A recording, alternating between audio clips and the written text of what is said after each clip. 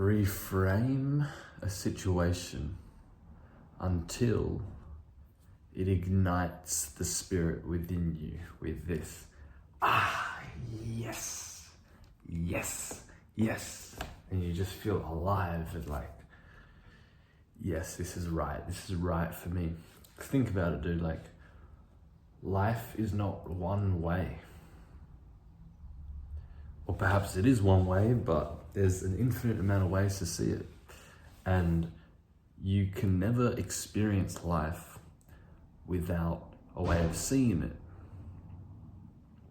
There is no unfabricated state that you can experience life through.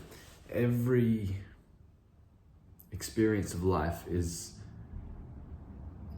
a perception of life, is a framing of life, is a way of seeing things. Because you simply cannot operate in life. You cannot live life without a way of seeing things. And so it just comes down to, okay, how are you going to see things, you know? In psychology, this is called reframing. This is all anybody does when they go to therapy. You're just learning how to reframe a situation, right? You've got all these troubles going on, and it's like, okay, how can I reframe this to feel less shit, you know? And of course, it's not just about reframing, but it's also about taking action. But you can't take action, you can't take a different kind of action before you reframe something, right? Albert Einstein, what did he say? He says something like, you can't solve a problem from the same level of consciousness that created it in the first place. He said something like that. So it's very interesting, and I've just been thinking, like,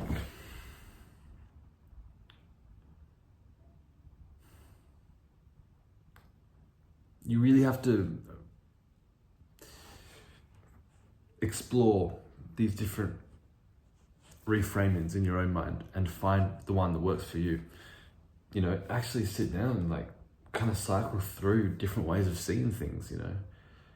Because the only reason, like, if you're feeling depressed or just shit in whatever way, it's because you're perceiving that life or a situation or yourself or other people or certain people or whatever, it's because you're perceiving it through a framing in which is negative in some way.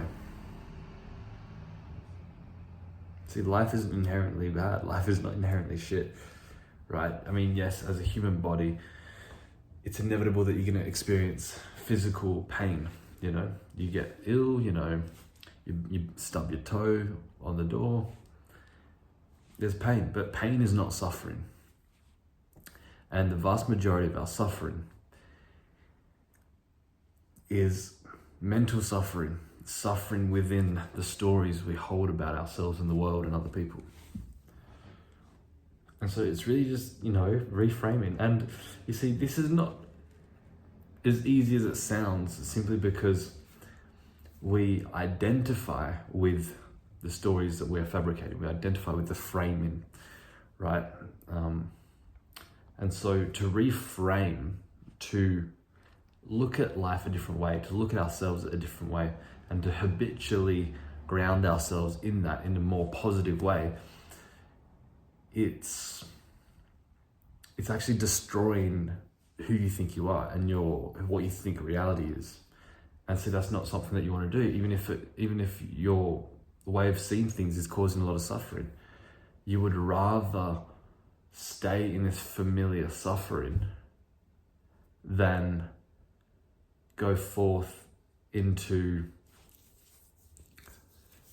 a different way of seeing things that's more positive, because you have to give up this storyline, this narrative that you're creating and projecting onto the world and yourself. You have to give that up. That has to die, you know? It's like, of course it does, man.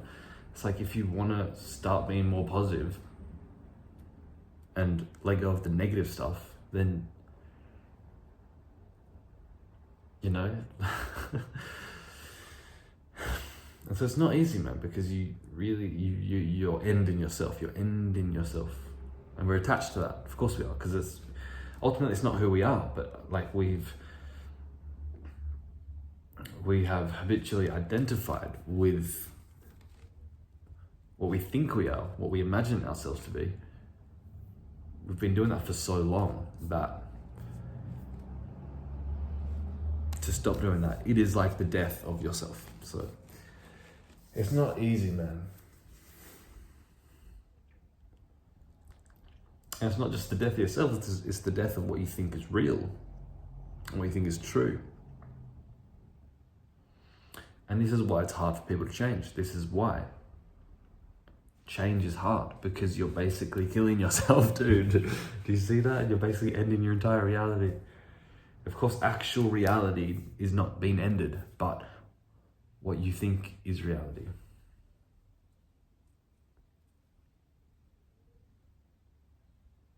I mean, ultimately, all framing, all ways of looking at life is reality, of course. And is there one that's more true than any other? Probably not really, but I don't know, man. Like, how do you want to live? Do you want to be negative? Do you want to feel shit? And so it's hard, because I've talked about this before, is that if you want to change, if you want to go from suffering to not suffering, if you want to go from negative to positive, then it's going to require more negativity up front to begin with, because you're grieving the death of yourself, or at least the illusion of who you thought yourself to be. So that's why change is hard. That's why it's a painful process. That's why all change is hard, because we get habituated in identifying with this current version of who we are and what life is. And to make any kind of change disrupts that, So that's why it's important to really know who you are fundamentally.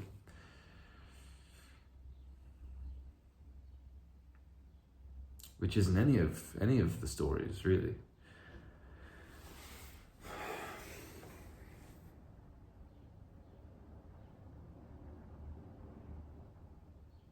So yeah, let me come back around to this initial point that I was making of keep cycling through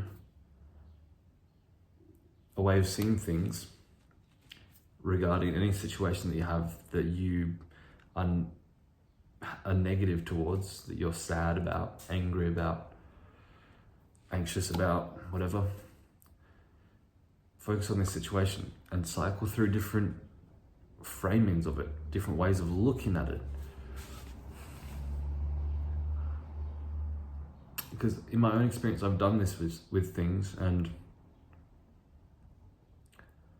it's like maybe I feel depressed about something. I just think about it, it's like, well, can I see this a different way? Can I see it a different way? Can I see it from a different kind of angle? And yeah, there's many fucking angles. There's so many angles you can look at it from. And but what I found useful and helpful is, whatever really works in the moment for you, whatever like lights up your soul, lights up your spirit. So you cycle through it in your head, right? And you just like basically you're trying perceptions on for size. It's just like you go into a clothes shop and you try this one on. Oh, that's too big, that's too small, too tight, too baggy, doesn't look good, and then you find like the perfect garment, and then it's like, yeah, I feel good in this. So it's just trying to emphasize, right? Cycle through these perceptions, try them on for size, right? This lens of perception, try it on for size. Looking at life in this lens of perception. Is this a good way? It's not bad. Let me try this one. not bad. Not bad. Yo, this is sick. Yes. You know what I mean? It's like,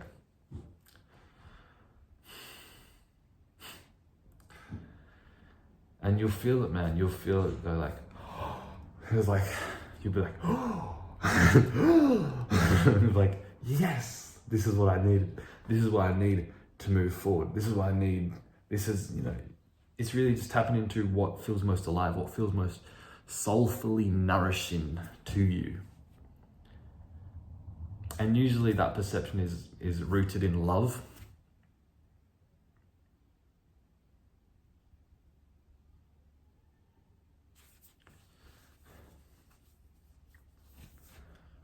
It is usually rooted in love.